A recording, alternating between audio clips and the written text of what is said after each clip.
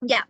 Entonces, introducción. ¿Qué es la hipertensión arterial? Ustedes ya saben, es una enfermedad crónica, degenerativa, o sea, poco a poco va avanzando. Primero es asintomático, ¿sí o no? O sea, que no genera síntomas, no genera molestias. La persona puede tener hipertensión arterial y no se da cuenta por mucho tiempo. Eso da miedo a esta enfermedad y es una de las enfermedades más comunes que está en aumento estos días. Por eso tenemos que saber qué tipo de tratamiento se le puede dar a estos pacientes.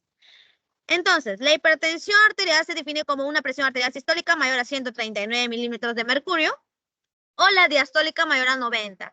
Ok, tenemos grados de la hipertensión arterial. La hipotensión, sabemos, es cuando la presión sistólica es menor de 90, algunos dicen que es menor de 80, menor, diastólica menor de 60. La normal va de 80 a 120, la sistólica, y la diastólica de 60 a 80. Hay un diagnóstico que no es como enfermedad como tal, pero es un peligro para generar hipertensión arterial, que es de 120 a 139, menor a 140, la sistólica. Luego tenemos los grados de la hipertensión arterial: grado 1 de 140 a 159, grado 2 de 170 a mayor. Y hay otra manifestación clínica que es la crisis hipertensiva, que es una emergencia médica. Acá ya la presión sistólica es mayor a 180, hay pacientes que llegan a mayor de 200.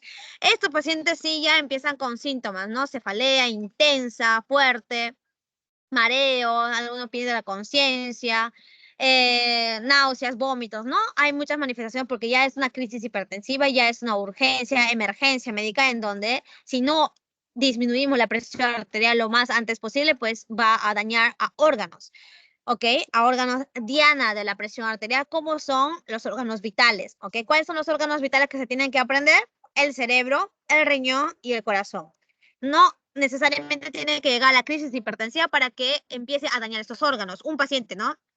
Como les dije, la presión arterial no genera síntomas, no genera molestias. No duele la cabeza si está en 140, 150.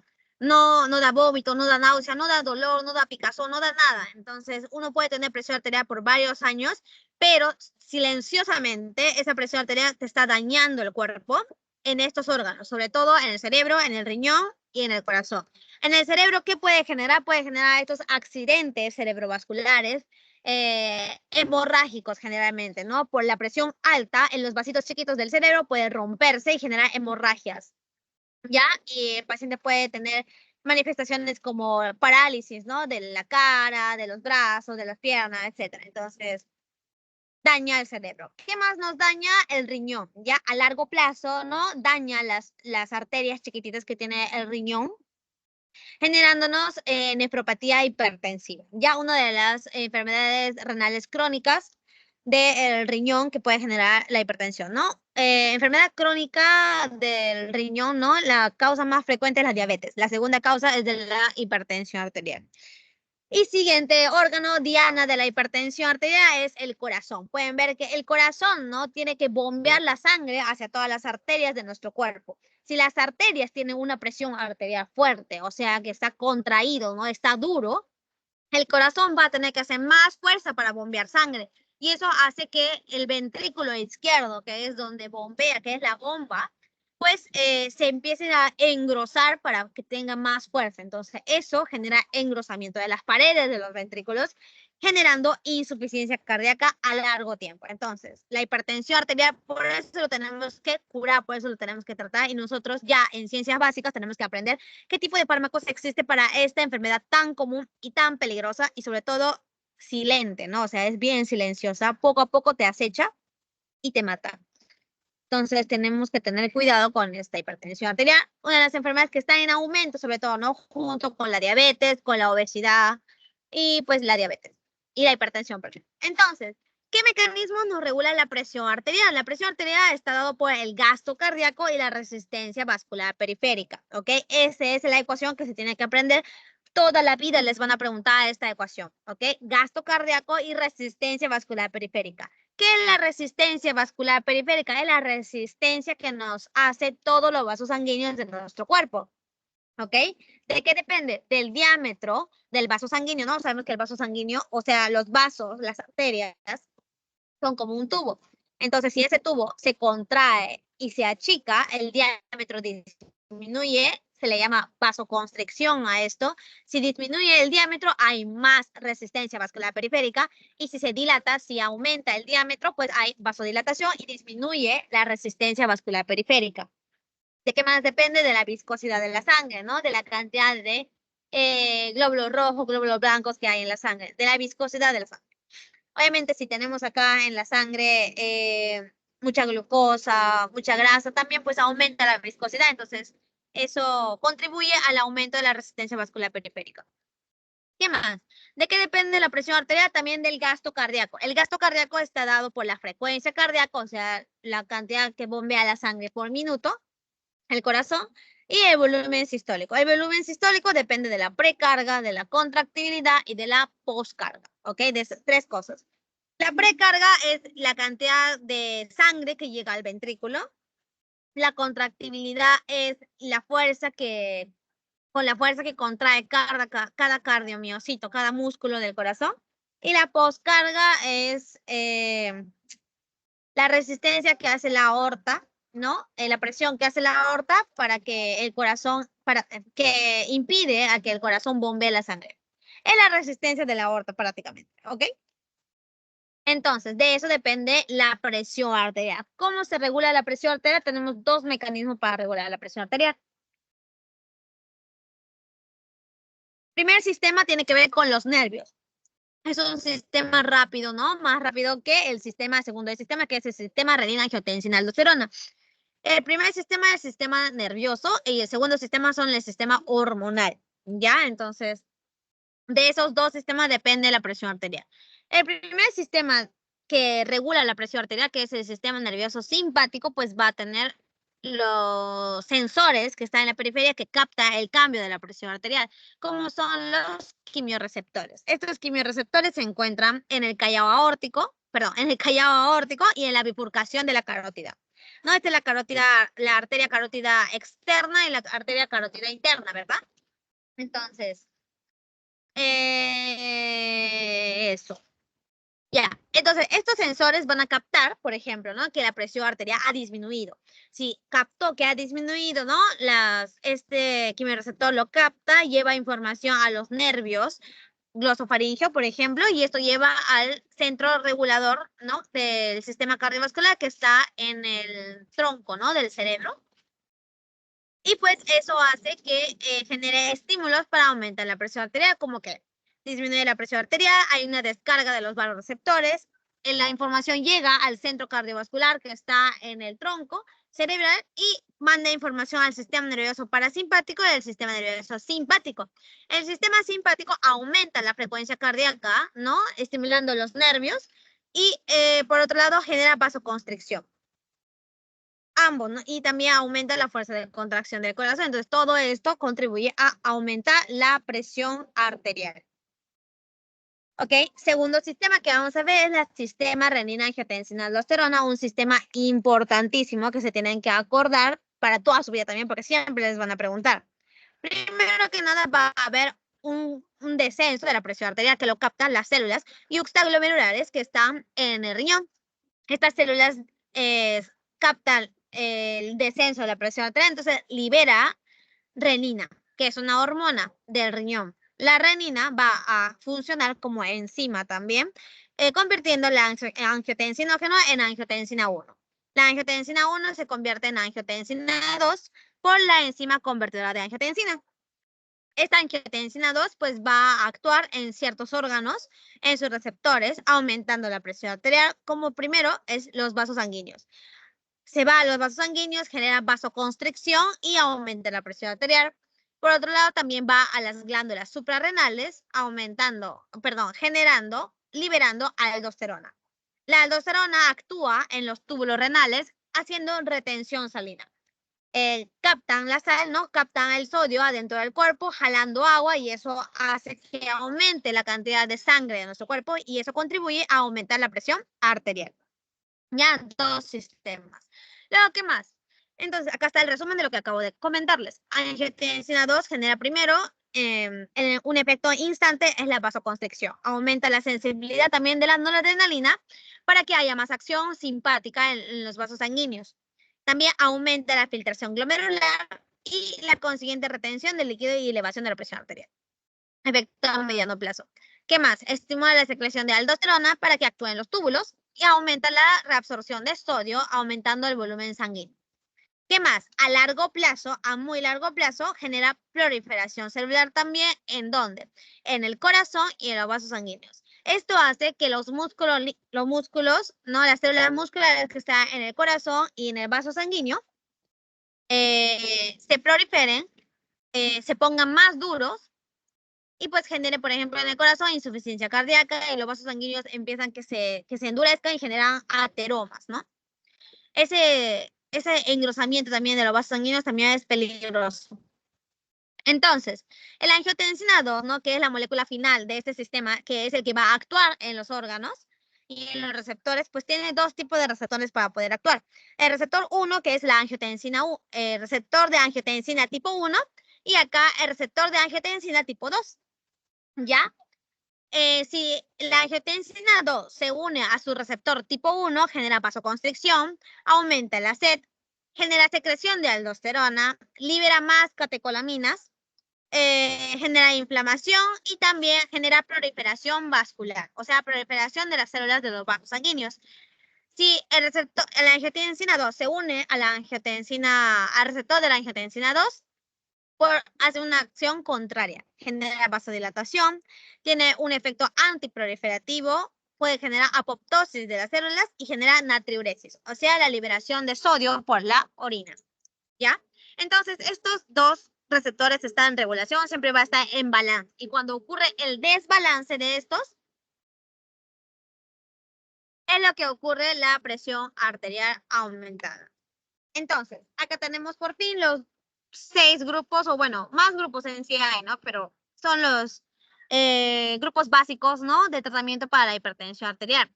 Los diuréticos, los betabloqueadores, los IECAS, el ARA2, antagonistas de calcio, entre otros. Ya lo vamos a ir mencionando poco a poco. Entonces, tratamiento para la presión arterial elevada, la hipertensión arterial, lo dividimos en dos grupos. Primero, grandes. Tenemos a los que disminuyen la resistencia vascular periférica y los que disminuyen la volemia, por lo tanto disminuye el gasto cardíaco. Habíamos dicho, ¿no? Que la presión arterial depende de la resistencia vascular periférica y del gasto cardíaco. Entonces, o disminuimos el otro o disminuimos el otro. Entonces, disminuyendo uno de ellos, vamos a bajar la hipertensión arterial del paciente.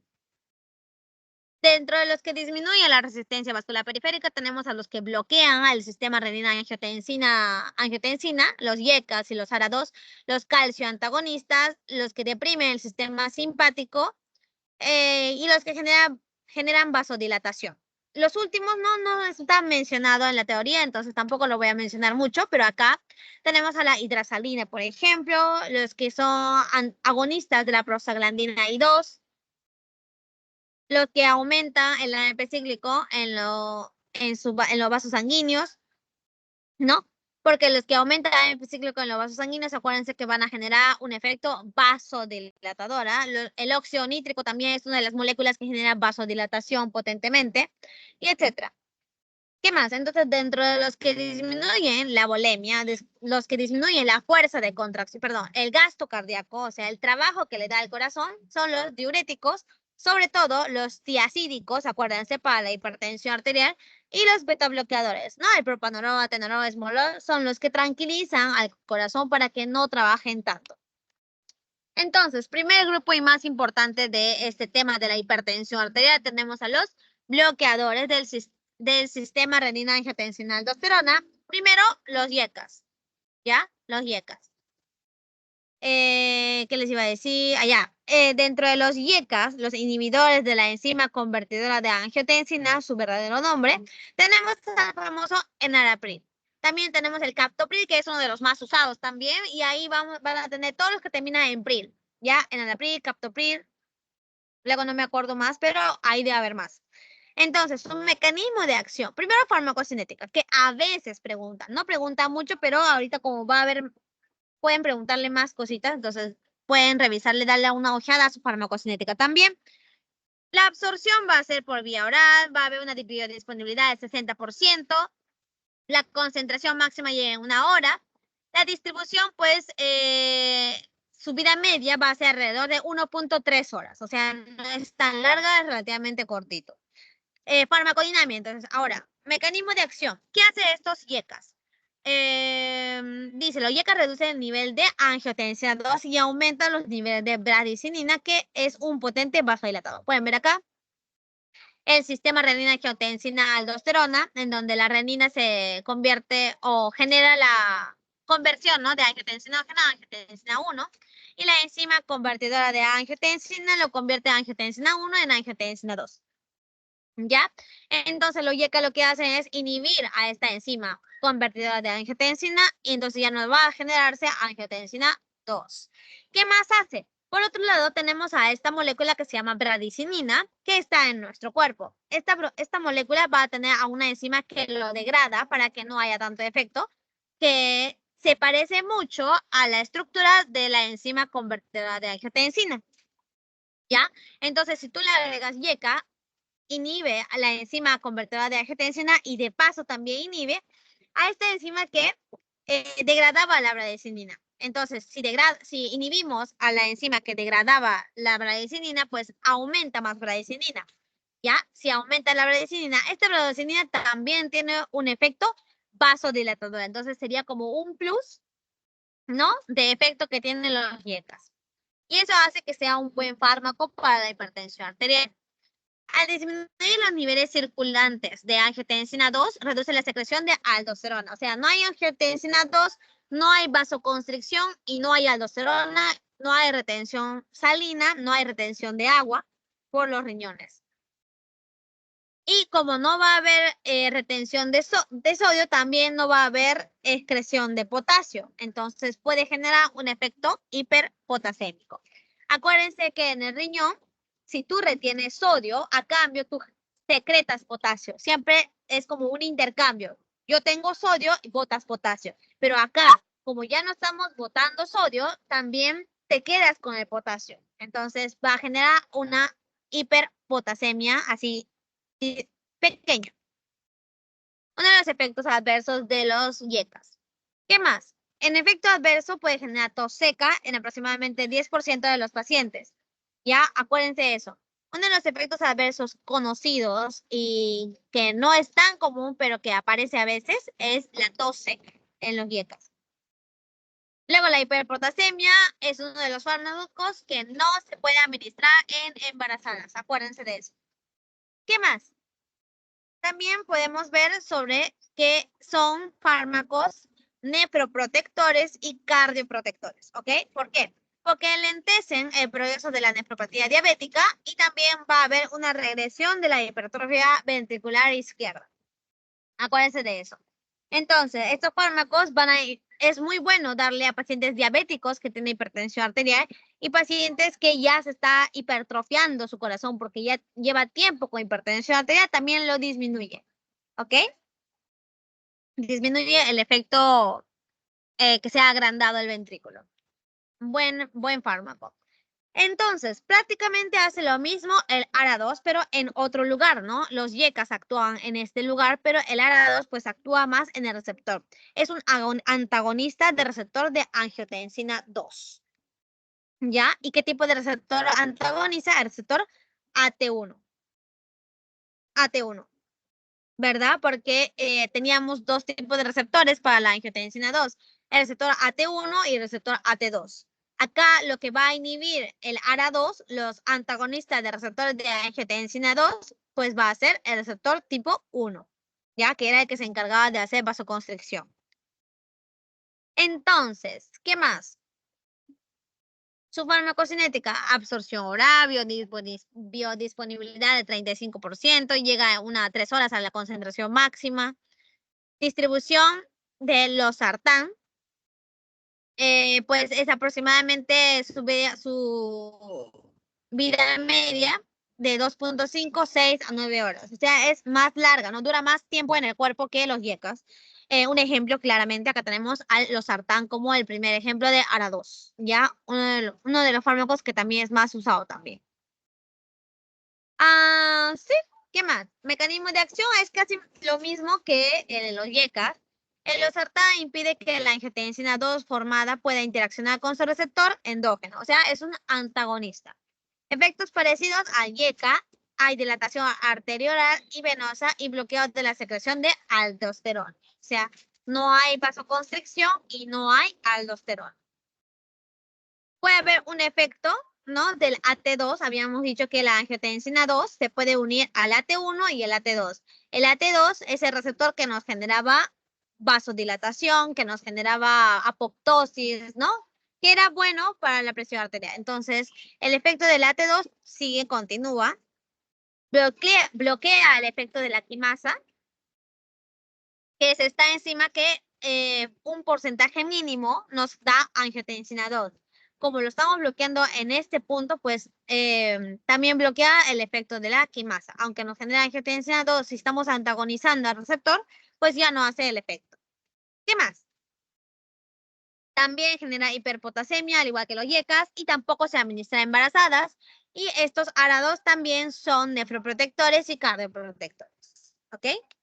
La diferencia enorme que tiene con los YECAS es que estos no van a generar efecto adverso de la tos seca. ¿Ok?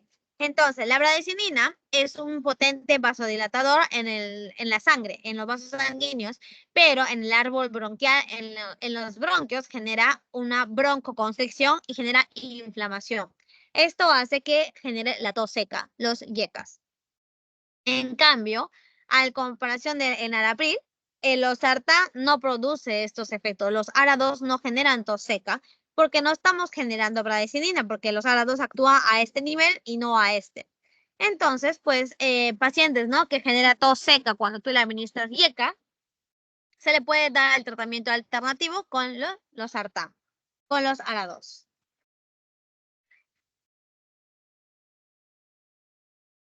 Luego, los demás fármacos para la hipertensión arterial son más tranquilos, ya lo hemos visto en las otras clases, como es los antagonistas de canales de calcio. ¿Qué hace el calcio en los músculos? Genera vasoconstricción. Si nosotros antagonizamos este calcio, este ingreso de calcio, pues ya no va a haber vasoconstricción, va a haber vasodilatación. No, acá vemos que el calcio ingresa por el canal tipo L, estimulando la salida de calcio del sarcoplasma. Este calcio se va a unir a la calmodulina, que es la proteína que se une al calcio, y esto genera la activación de la MLCK. Ya, pasó el carro. La cadena ligera de miosina quinasa. Ya, esta cadena ligera de miosina quinasa se va a activar uniéndose a la actina, va a ser puente cruzado y genera la vasoconstricción. En este caso, como impedimos la ingresa de calcio, ya no va a pasar toda esta cascada, entonces genera vasodilatación. Dentro de ellos vamos a tener tipos de calcio antagonistas. Tenemos a las dihidropiridinas, benzodiazepinas y fenilalquilaminas. Y cada uno va a tener mayor selectividad a cierto órgano que el otro. La dihidropiridinas va a ser más selectivo a los vasos sanguíneos que al corazón. Las benzodiazepinas también, pero las fenilalquilaminas pues va a ser más selectivos al corazón que al vaso sanguíneo. Ejemplo de las dihidropiridinas tenemos a la famosa nifedipino, amlodipina, todos los que terminan en dipina. Ya es un antihipertensivo. Funciona como antihipertensivo porque hace más efecto en el vaso sanguíneo dilatándolo. Las benzodiazepinas también tenemos acá el diltiazem, también usado como antihipertensivo. Y último, las fenilalquilaminas tenemos como ejemplo al verapamilo. El verapamilo ya como tiene una selectividad mayor en el corazón, en lugar de ser antihipertensivo, pues lo utilizamos como un antiarrítmico, que también lo vamos a mencionar en esta clase. Entonces, las dihidropiridinas es uno de los primeros fármacos que ha salido como calcioantagonistas, tiene una vida media corta, entonces algunos generaban arritmias reflejas. En cambio, las benzodiazepinas es un fármaco que se ha generado luego, ¿no? Ya mejorando con una vida media más larga. Ya, y este va a generar un reflejo menor simpático. Como efecto adverso tenemos al spam coronario y de los vasos sanguíneos y enfermedades isquémicas. Siguiente fármaco, ya lo hemos visto también el parcial, son los que deprimen el sistema nervioso simpático. Tenemos primerito como primera elección de este grupo a los antagonistas alfa 1 selectivos, ¿no? Como la prazosina. Habíamos dicho que generaba disminución de la presión arterial. Por otro lado, tenemos a los agonistas selectivos del alfa 2. Ellos iban a impedir, ¿no?, la generación de noradrenalina en las terminales nerviosas y disminuía la presión arterial. Clonidina para tratamiento de la hipertensión arterial. Luego tenemos otro grupo de fármaco que es la metildopa. La metildopa hace lo mismo, es un agonista de los receptores alfa 2 y lo que tienen que acordarse acá sí o sí que es útil para las embarazadas, ¿ya? Pacientes embarazadas con hipertensión arterial, pues se le da metildopa. Y ya hay, ¿no?, una manifestación clínica que es la preeclampsia, que es el aumento de la presión arterial en embarazadas por culpa del embarazo, ya por culpa de, o sea, la paciente no era hipertensa, no tenía una enfermedad como tal establecida. En los últimos meses de embarazo suelen dar estas manifestaciones en donde pone en peligro la vida de la madre y del bebé. Tenemos otro fármaco para las embarazadas que es la reserpina, que también se usa para la preeclampsia. Esta reserpina se va a unir a las proteínas de las vesículas que almacenaban a los neurotransmisores, inhibiendo la salida. Entonces, si ya no hay salida, pues no hay hipertensión arterial, no hay vasoconstricción. Entonces, la reserpina también es uno de estos fármacos que se pueden dar en embarazadas. Luego, los tiacídicos. La siguiente clase se va a hablar más detalladamente sobre todos los diuréticos. En esta clase o en esta diapositiva solo voy a mencionar que dentro de los diuréticos, de los que tenemos varios, el primero que más se usa para la hipertensión arterial son los tiacídicos, ¿no? Los diuréticos tiacídicos. Estos van a actuar en el túbulo contorneado distal, en este lugar. Ejemplo, hidroclorotiazida. Ya, efecto adverso de enfermedades isquémicas. Y último, los beta bloqueadores. Esta clase, ¿no?, del fármacos para el sistema cardiovascular, se va a hablar bastante de beta bloqueador, entonces lo van a ver de nuevo, de nuevo, de nuevo. Como en 3, 4 diapos van a salir los antagonistas de receptores beta. Entonces tenemos acá propanolol, ya hemos dicho que si no son selectivos, pues puede generar broncoconstricción en pacientes con asma, con EPOC.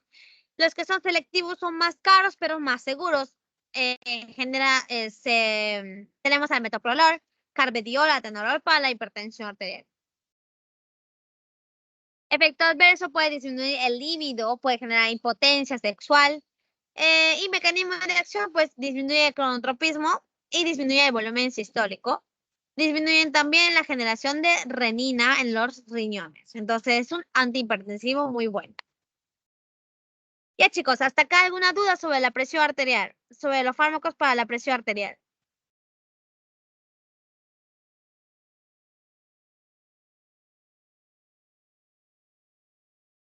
Dime, Britney. Sí, buenas tardes. Una pregunta. En los arados dijiste que no hay tos, en cambio en los yecas sí hay tos seca, ¿verdad? Está bien, gracias. Correcto, correcto. Es una de las diferencias más notorias y más que pregunta en el examen. En los IECAS genera como efecto adverso tos seca en el 10% de toda la población que toma este fármaco. En cambio, el ARA2 no. Ya el ARA2 no genera tos seca. Entonces, pacientes que le dieron tos seca con los IECAS se le puede dar ARA2. Prácticamente hacen el mismo efecto. Acuérdense que ambos no se administran en embarazadas. Es imposible darles en embarazadas. Y acuérdense que son nefroprotectores y cardioprotectores. Puntos importantes. ¿Sí? ¿Otra pregunta?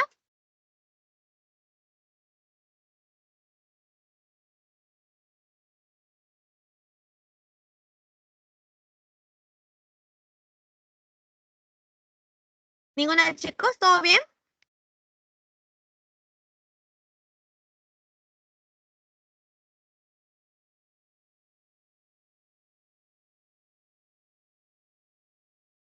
Sí. Ya. Dime, ¿sí? ¿Catherine?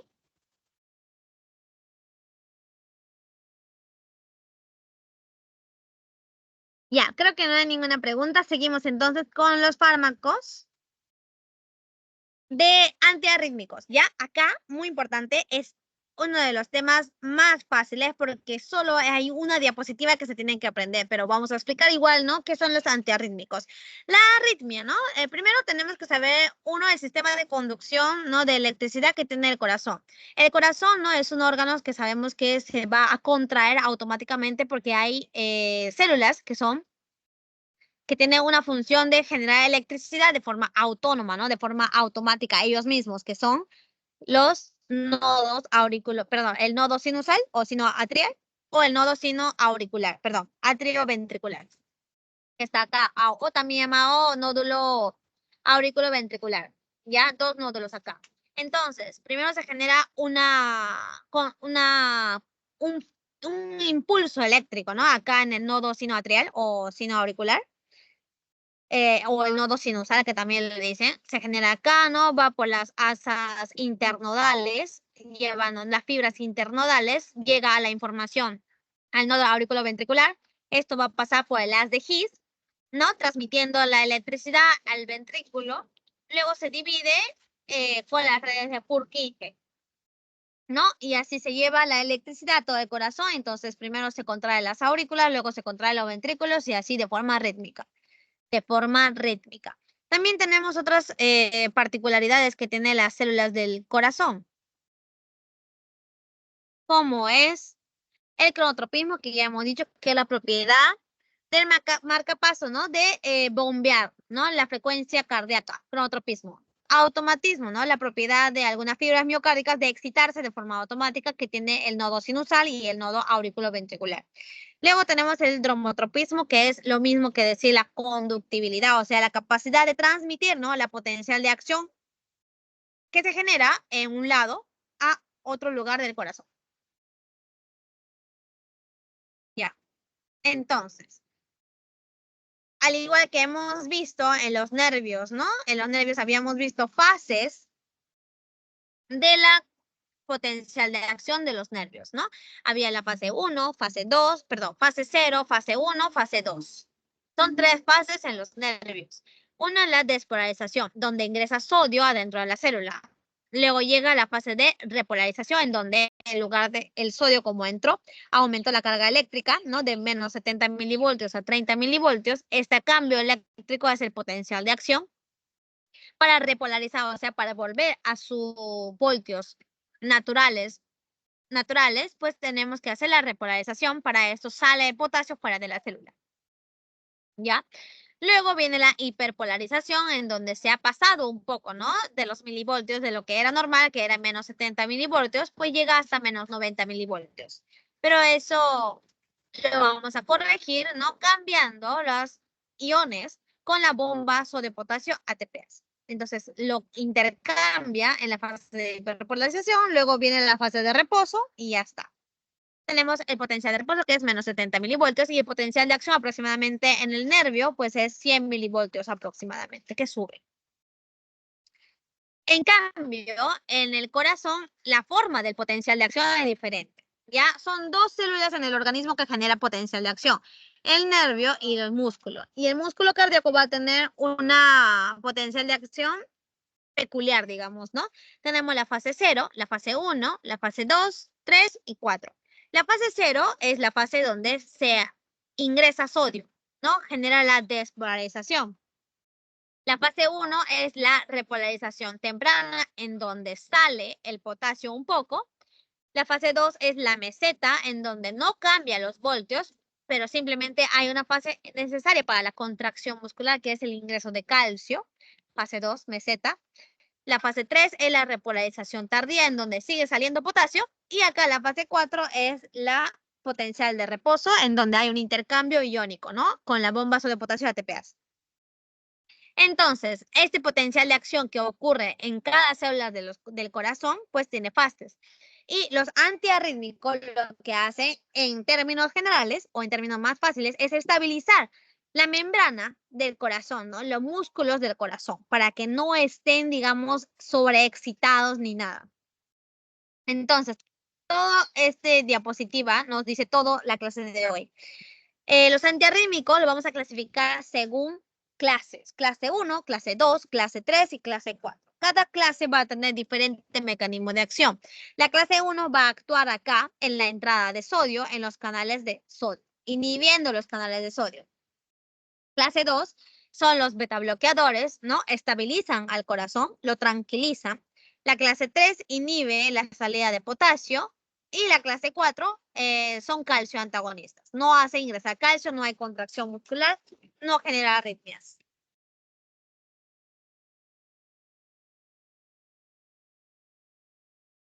Seguimos con lo mismo, ¿no? Las arritmias cardíacas son latidos cardíacos irregulares y es un problema con frecuencia o el ritmo de los latidos cardíacos. Y el corazón puede latir demasiado rápido o demasiado lento o con un ritmo irregular. ¿Ya? Entonces tenemos, según origen, lo podemos clasificar en supraventriculares y ventriculares, o sea, los que están encima del ventrículo o los que se generan en los ventrículos. La frecuencia cardíaca, si son taquicárdicos o bradicárdicos, ¿no? Si es mayor de 100 son taquicárdicos, si son menores de 60 son bradicárdicos. Y modo de presentación, si es paroxístico de forma súbita o si son crónicos de forma ya que tienen bastantes años esos.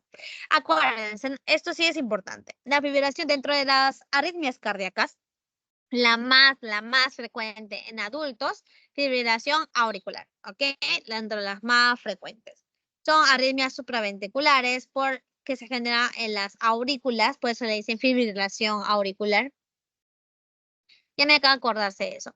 ¿Qué más se pueden acordar de las arritmias? Que las arritmias ventriculares, como la fibrilación ventricular y la taquicardia ventricular, son dos tipos de arritmias mortales. Ya el paciente entra en paro y muere. Entonces, tenemos que saber cómo tratar estas arritmias. Dentro de las causas tenemos la fallo de la generación de impulsos eléctricos, o sea, cuando, por ejemplo, el nodo sinusal falla, ¿no? No genera impulsos, pues el otro que va a generar impulsos a todo el corazón va a ser el nodo auriculoventricular. Entonces, ya ahí empieza a disminuir la frecuencia cardíaca. Cuando es el nodo sinusal el que genera el impulso a todo el corazón, la frecuencia cardíaca es aproximadamente de 60 a 100. En cambio, si es el nodo auriculoventricular, ya disminuye, ¿no? La frecuencia cardíaca genera solo 40 latidos por minuto. Si falla estos dos, pues puede generar el impulso, el haz de Purkinje, y ya ahí la frecuencia cardíaca disminuye drásticamente, aproximadamente 30 latidos por minuto. Y así, poco a poco disminuye. También porque mecanismo por impulsos eléctricos que se generan en un sitio erróneo, ¿no? Que son los que generalmente alguna célula, ¿no? Del corazón falló, se trabó, se enloqueció y empieza a generar impulsos en otro lugar que no eran de estas fibras que generan impulsos naturalmente. También puede ser por un mecanismo de reentrada. Reentrada significa, normalmente, cuando tú estás en el potencial de reposo, en la fase 4, no puede ocurrir un siguiente potencial de acción. Pero, ¿no? Y por eso es que el potencial de acción siempre es unidireccional. O sea, si va de izquierda a derecha, generalmente, una dirección. En cambio, en el fenómeno de la reentrada hubo no sé, un fallo y de lo que iba de izquierda a derecha, hubo un fallo y se generó potencial de acción de derecha a izquierda, ¿no? Un fenómeno de reentrada en la fase de 3 y en la fase 4, ¿no? Puede aprovecharse por ahí para generar un nuevo impulso eléctrico, un nuevo potencial de acción y ahí genera arritmias. Entonces, esas son las arritmias, chicos, y ya sabemos que se clasifican según fase, ¿no? Los fármacos antiarrítmicos. En general, todos los fármacos van a estabilizar la membrana, van a reducir la velocidad de conducción, o sea, la velocidad, ¿no? De generar impulsos eléctricos y disminuir la excitabilidad del corazón.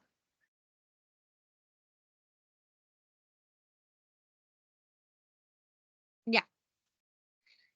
Sí. Allá. Entonces, acá, como les estaba diciendo, reduce la velocidad de conducción, disminuye la excitabilidad. Lo normal es que este potencial de acción dure de 100 a 300 milisegundos. Entonces, lo que queremos hacer es que dure más, que esté más tranquilo el corazón, que el corazón esté más relajado, que no esté excitado.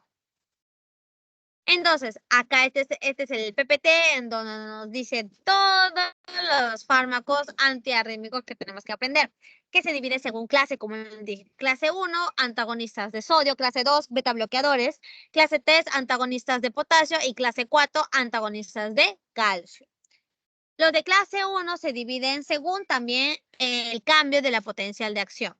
Si el cambio de potencial de acción disminuye, perdón, lo alarga el fármaco, pues tenemos a la clase 1A. Si este potencial de acción lo reduce o corta el potencial de acción, es clase 1B.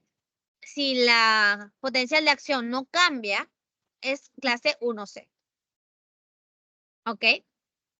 Dentro de la clase 1A tenemos a la procainamida, disopiramida y quinidina. Clase 1B, también muy preguntado, la lidocaína, nada más. Y la clase 1C, la propafenona.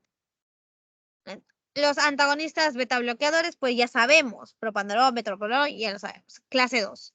Acá es nuevo, ¿no? Los antagonistas de potasio. Ellos van a prolongar la repolarización y la duración del potencial de acción. Se puede usar para taquicardias supraventriculares, paroxística recurrente y fibrilación auricular. Tenemos acá la amiodarona, ya uno de los fármacos más usado para las arritmias cardíacas, ¿ok? Sobre todo se usa en taquicardia supraventricular paroxística, fibrilación auricular, que es la arritmia más frecuente, y también se utiliza en casos en donde hay falla cardíaca, ¿no? Cuando hay un paro cardíaco. Último grupo, los calcioantagonistas. Acá deprimen, ¿no?, la función de las células calciodependientes, como el nodo sinusal o auriculoventricular. Tenemos acá verapamilo, diltiazem y ¿qué más? Se puede usar para taquicardia auriculares también. Ya, entonces, clase 1, antagonistas de canales de sodio. Ya sabemos que actúa en la fase 0 del corazón, en la fase 0. Tenemos a la procainamida, los que disminuyen, ¿no? Pero los que aumentan el potencial de acción, los que disminuyen el potencial de acción y los que no cambian. Procainamida, lidocaína y propafenona. Mínimo apréndense esos tres de este grupo. ¿Qué hace? Bloquean levemente y alargan la potencial de acción. Procainamina, quinidina, genera vasmotropismo negativo, dromotropismo negativo. De disopiramida es un tipo de antimuscarínico que también puede clasificarse como este grupo de fármaco porque antagoniza los canales de sodio. La clase 1B, 1C, pues tenemos acá a los que hacen acción rápida, bloqueando de forma moderada, ¿no? Acortando la presión arterial, la lidocaína, mexiletina, se usa para taquicardias ventriculares y fibrilación ventricular, que ya hemos dicho que son arritmias ventriculares, son potencialmente mortales. Tenemos a los antagonistas de canales de sodio, que no tienen efecto en la potencial de acción. Acá no van a actuar alargando el potencial de acción, pero reducen la velocidad de conducción.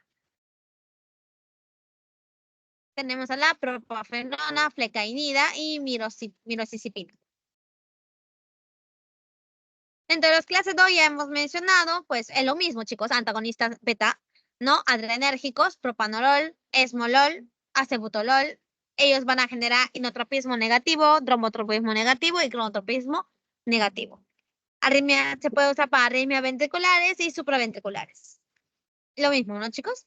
Clase 3, algo nuevo. Antagonistas de canales de potasio. Acuérdense, potasio. Tenemos acá la más famosa, que es la amiodarona. A la dronedarona también. Sotalol. Y butildide. Y acá pues es importante saber la diferencia entre uno y otro. Que no es tanto que digamos. A ver, ¿qué podemos resaltar acá?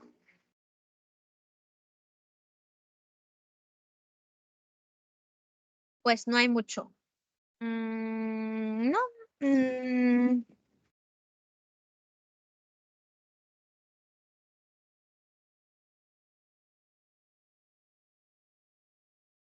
Pues no hay mucha diferencia. Pero acuérdense simplemente de la amiodarona. Ya amiodarona y todos los de este grupo de la amiodarona, importante que se lo acuerden. Sí, Ya, siguiente. Tenemos a los de clase 4 que son antagonistas de calcio. Mecanismo de acción, ya les he mencionado. Si no hay calcio, no hay contracción muscular. Si no hay contracción muscular, pues relajamos a los músculos para que ya no generen estos impulsos eléctricos descontrolados. Verapamilo, tiltiazem. Se puede usar para arritmias supraventriculares y efecto adverso, pues puede ser la hipotensión. Sí, ¿qué más? Se puede usar para flute auricular, fibrilación auricular crónica, excepto asociados a las vías cortas como el Wolff-Parkinson-White. Tenemos otros antiarrítmicos como son las digoxinas o los digitálicos. Tenemos acá la adenosina, magnesio, potasio, digitálicos. ¿Ya? Tenemos a la digoxina, que su mecanismo de acción es inhibir selectivamente a la bomba de potasio ATPasa. Ya la adenosina que va a actuar en su receptor AB, en su receptor AB. La digoxina pues puede usarse en fibrilación auricular, en taquicardia, ¿no? Del síndrome de Wolff-Parkinson-White. Y la adenosina pues es un potente vasodilatador también, evita fenómenos de reentrada y disminuye la contractibilidad del nodo auriculoventricular. ¿Ya? Acuérdense de estos digitálicos, ¿no? Pueden haber efectos adversos notorios que se aparecen en el EKG, que se aparecen en el electrocardiograma. Así que tendré cuidado con eso. Los digitálicos acá están sus efectos adversos, que son la confusión, pulso irregular, pérdida de apetito, náuseas, vómitos, ritmo cardíaco acelerado y cambios en la visión. Esos son todos con los antiarrítmicos. Ahora vamos a ver los antianginosos.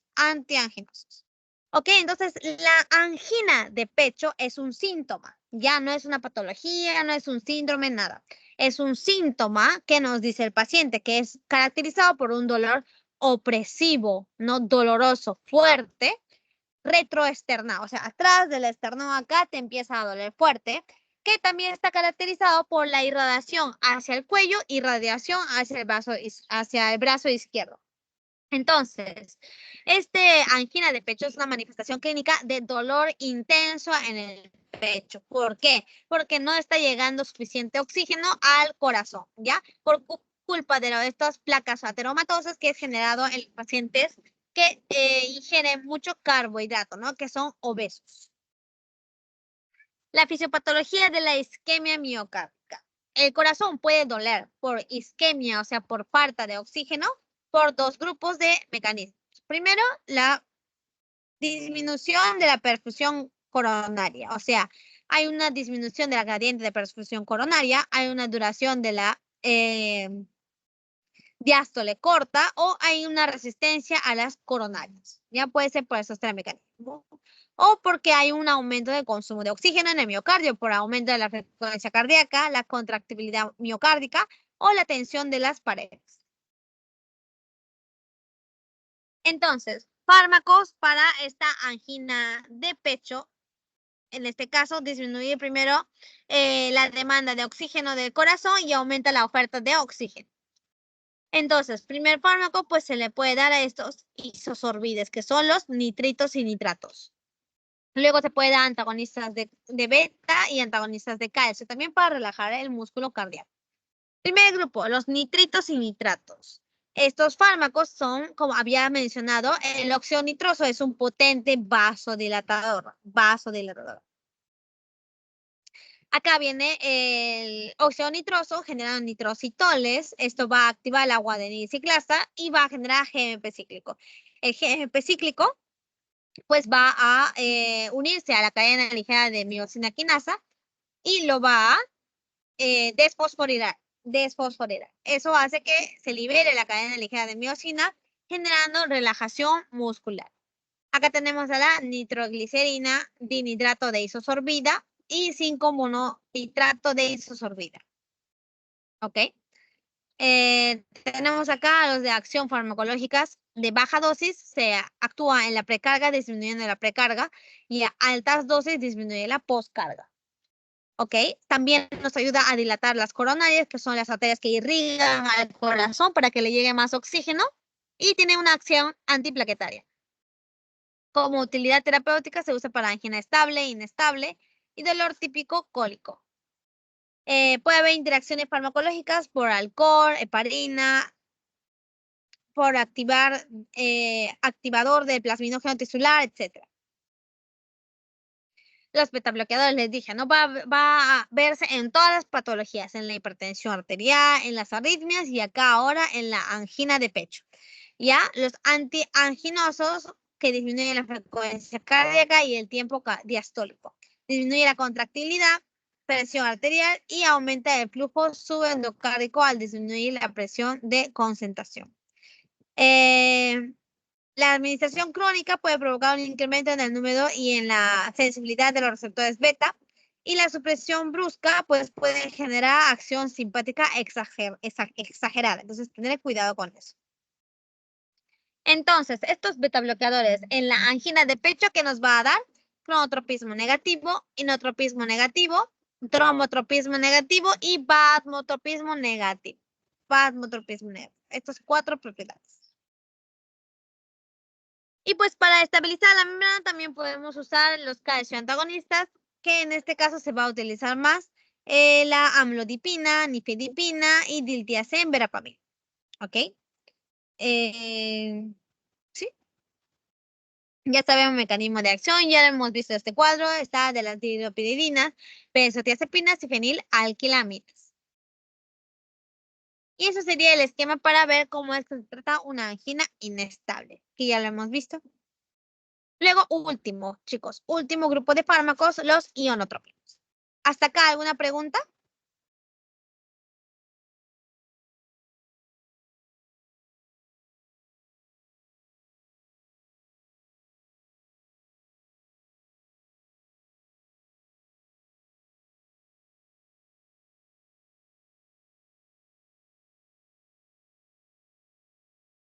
Chicos, ¿hasta acá alguna pregunta? ¿Nada? Último fármaco va a ser para los pacientes con insuficiencia cardíaca. Hasta el momento hemos visto fármacos para los pacientes que están, digamos, demasiado excitado el corazón, que está funcionando demasiado. Entonces queremos que se tranquilice, disminuya su gasto cardíaco. Por eso usamos mucho los beta bloqueadores, ya para estabilizar la membrana del corazón. Beta bloqueadores para hipertensión arterial, beta bloqueadores para angina de pecho y beta bloqueadores para como antiarrítmicos, ¿no? Para pacientes con arritmias cardíacas, o sea, que está contrayéndose de forma irregular, sin ningún ritmo el corazón. El corazón normalmente tiene su ritmo, ¿no? Regular. Entonces, ahora vamos a hablar sobre los ionotrópicos. Los ionotrópicos, ¿qué hacen? Aumenta la contractibilidad cardíaca, ¿ya? En un corazón, pues lo normal es que haya una fase de contracción y una fase de relajación, ¿verdad? En este caso, los ionotrópicos, como es los digitálicos, que hemos visto la digoxina, hace que se acumule calcio dentro de la célula. ¿Cómo así?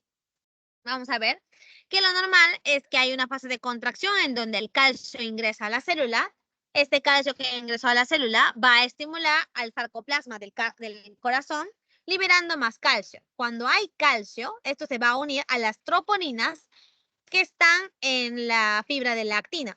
Esto hace que la actina y la miosina se unan y haya contracción, hagan el puente cruzado. En la fase de relajación, como no queremos que se contraigan, el calcio se va a reabsorber en el retículo sarcoplasmático o también puede irse afuera de la célula por un mecanismo dependiente de la bomba sodio potasio ATPasa. Ya, en este caso, va a haber esta bomba, lo que va a hacer es ingresar potasio adentro de la célula sacando sodio. Este estímulo de disminución de sodio intracelular hace que el sodio ingrese dentro de la célula y el calcio salga, porque es un intercambiador sodio-calcio. ¿Ya? Entonces, si el calcio sale, hay menos contracción. Excelente. Perdón, claro, hay menos contracción, entonces eso da la fase de relajación. En cambio, los digitálicos lo que hacen es inhibir a esta bomba para que ya no salga calcio. Entonces, el calcio se va a acumular en las células cardíacas, generando más fuerza de contracción. Y eso es lo que dice en esta parte de PPT, en la mitad derecha. Entonces, los inhibidores de la bomba sodio-potasio ATPasa. Los digitálicos, o también llamados glucosídicos, ¿no? Inhibe la bomba suprapotasio ATPasa, inhibe que salga el calcio fuera de la célula, hay una acumulación de calcio intracelular, aumentando el inotropismo. Aumenta el sodio intracelular y disminuye la salida de calcio. ¿Qué más? Estos fármacos generan efectos adversos intestinales como la anorexia, náuseas, diarrea, efectos adversos oculares como la visión borrosa, escotomas neuromusculares, escotomas y efectos adversos neuromusculares tenemos a la fatiga, psiquiátricos como el insomnio, alucinaciones, neurológicas tenemos a la cefalea. ¿Ok? En el electrocardiograma, cuando hay una intoxicación por los digitálicos, podemos ver este bigeminismo, en donde hay un aumento, ¿no? En este complejo QRS, y hay también un aumento del complejo QRS, pero hacia abajo. Entonces hay uno hacia arriba, otro hacia abajo, uno hacia arriba, otro hacia abajo, uno hacia arriba y otro hacia abajo. Y a este, pues, eje característico se le llama el bigeminismo. También tenemos la cubeta digitálica, en donde acá en el segmento ST, pues hay un descenso, ¿no? Hay un aplanamiento. Tener cuidado con estos signos, que a veces les preguntan en el examen. O sea, no en su examen les van a preguntar, dame los signos de la intoxicación digitálica, pero sí les va a venir, ¿no? Por ejemplo, un caso clínico en donde el paciente tenga bigeminismo en el electrocardiograma, y les pregunta qué tipo de fármaco ha ingerido el paciente, y ustedes tienen que responder los digitálicos. Tienen que correlacionar. Y pues acá, en lugar de antagonizar los receptores beta, queremos agonizarlos, queremos que actúen más fuertemente. Entonces acá damos agonistas adrenérgicos, como es la dobutamina, dopamina, adrenalina, noradrenalina y isoproterenol. ¿Ya? Muy usado, la dobutamina es más selectiva al beta 1, hace inotropismo y cronotropismo positivo. La dopamina, aparte de unirse, ¿no?, a los receptores beta 1 adrenérgicos, se une también al D1, D2, en donde genera un efecto diurético, o sea, aumento de la excreción de orina. La adrenalina también es muy usado, uniéndose al beta 1, beta 2 alfa. Funciona también como vasopresores, entonces se usa mucho en shocks. El shock, ¿ok? Noradrenalina también y isoproterenol también. ¿Qué van a hacer estos agonistas adrenérgicos? Pues acá vemos que, ¿cómo es esto? Acá está. El receptor beta adrenérgico, ¿no? Actúa activando la proteína G estimuladora de la adenisiclasa. Adenisiclasa aumenta el AMP cíclico intracelular, y este AMP cíclico intracelular hace que active la proteína quinasa A. La proteína quinasa A actúa en la apertura, ¿no?, del retículo sarcoplasmático, liberando más calcio. Si libera más calcio, pues hay más contracción. ¿Qué más? Actúa la proteína quinasa también fosforila al canal de calcio para que se abra e ingrese más calcio dentro de la célula. Más calcio dentro de la célula, más contracción. Tenemos también a los inhibidores de la fosfodiesterasa 3. ¿Qué es la fosfodiesterasa 3? Acá teníamos a una enzima, acá, PDE3. La fosfodiesterasa se encarga de degradar al AMP cíclico, convirtiendo en AMP otra vez. Ya, lo que hace estos fármacos es inhibir este fosfodiesterasa 3 para que así el AMP cíclico siga trabajando y genere aumento de calcio intracelular. Y acá tenemos los inhibidores de la fosfodiesterasa 3, que tenemos a la mirlinona y a la amrinona, ¿ok? Reducen la contracción, reducen la degradación del AMP cíclico, aumentan la contractibilidad y la vasodilatación. Mejora la función diastólica, vasodilatación coronaria, aumenta la función ventricular y pues ayuda a que se contraiga mejor el corazón. ¿Qué más? Efectos adversos: puede generar trombocitopenia, hepatotoxicidad, la amrinona. Puede generar aumento de la presión, puede generar arritmias, aumenta la mortalidad en uso crónico. Entonces no es de primera elección, pero bueno, sí existe, ¿no? Y les van a preguntar esto. Otro fármaco, el levosimendan. Levosimendan van a ser los sensibilizadores al calcio. Habíamos dicho que para que se contraiga el músculo tiene que haber una conexión entre la actina y la miosina. La fibra de actina y la fibra de miosina, que es este transverso que está acá. Para que se una, tiene que haber un estímulo en las troponinas que está acá, que es el calcio. Entonces, lo que hace el levosimendan es sensibilizar la troponina C para que se una más fuertemente al calcio y así, pues, fácilmente se puede unir la actina con la miosina. ¿Ok? Genera apertura del canal de ATP. Genera vasodilatación, son cardioprotectores en la isquemia, reduce el área de infarto agudo a miocardio, previene el desarrollo de arritmias post-infarto agudo a miocardio y a concentraciones altas actúa como inhibidor de la fosfodiesterasa 3. Último PPT, acá tenemos a los activadores de la miosina. Para que se una la actina y la miosina también se tiene que activar. Acá tenemos el omecamtiv, que activa a la miosina, ¿no? Favorece la interacción entre la actina y la miosina y aumenta la fuerza de contracción. No altera el consumo de oxígeno ni los niveles de calcio, entonces muy bueno.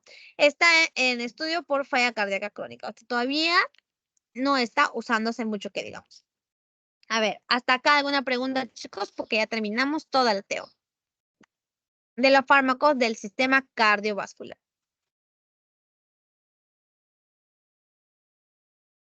No hay preguntas. Acá acuérdense, los nitritos y nitratos, según la dosis, va a cambiar su efecto. Acuérdense de los ejemplos de los nitritos. Tenemos la nitroglicerina y el isosorbide. Acá, ojo. Luego, según dosis, cuando le das baja dosis de nitritos, disminuye la precarga, o sea, la cantidad de sangre que ingresa al corazón. Si aumenta la dosis, disminuye la postcarga. Entonces va a haber menos resistencia de las aortas. Entonces va a dilatar a las arterias periféricas. Y la precarga va a dilatar a las venas, ¿ya? Para que se acumule menos sangre al corazón y le genere menos gasto cardíaco, ¿ok? Hacen dos cosas diferentes.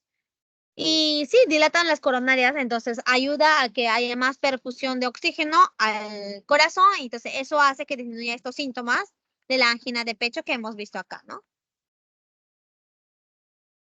Ya, chicos, vamos a terminar la grabación. Espero que se me haya escuchado todo, y si no, me avisa.